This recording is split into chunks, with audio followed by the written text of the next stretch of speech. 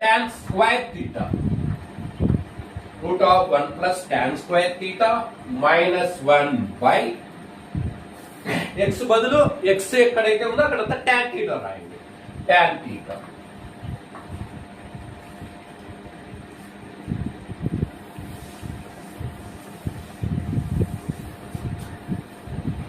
That is equal to tan inverse of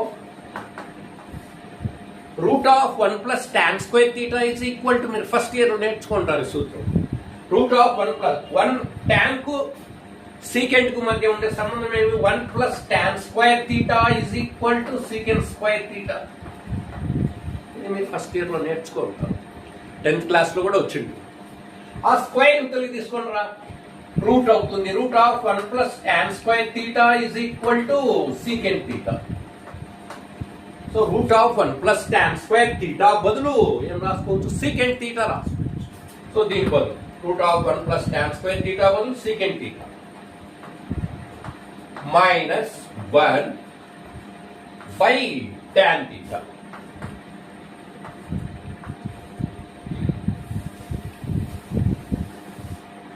equal to tan inverse of ఇక్కడ ఇదంతా కూడా మనకు దేనిలోకి మారాలని చెప్పినాం ట్యాన్లలోకి మారాలి. అప్పుడు tan inverse of tan theta సూత్రం అప్లై చేయొచ్చు. ఆ సూత్ర రూపంలోకి తెచ్చుకోవాలంటే ఇదంతా tan రేషియోలోకి మారాలి. ఇది tan రేషియోలోకి మారాలంటే మనము దీనిని ఏ రూపంలోకి తెచ్చుకోవాలా, ఏ ఫామ్ లోకి తెచ్చుకుంటే సరిపోతుంది. ఇది sin theta by cos theta.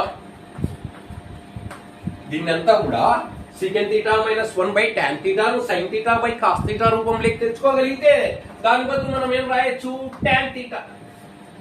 tan theta ను sin cos లో ఈ విధంగా రాయొచ్చా.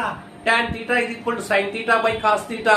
కాబట్టి దీన్ని ఏం చేయాలంటే ఇప్పుడు మనము sin cos లలోకి మార్చుకో. దీన్ని అంతా కూడా sin cos లలోకి మార్చుకో. అప్పుడు secant theta కు cos కు మధ్య ఉండే relation secant theta is equal to 1 by cos theta. Reciprocal relation. Secant కు cos reciprocal. Secant theta is equal to 1 by cos theta. Is reciprocal relation. Secant theta బదులు ఏం రాయొచ్చు 1 by cos theta minus 1 by tan theta. Tan theta కూడా sin tan theta బదులు sin theta by cos theta.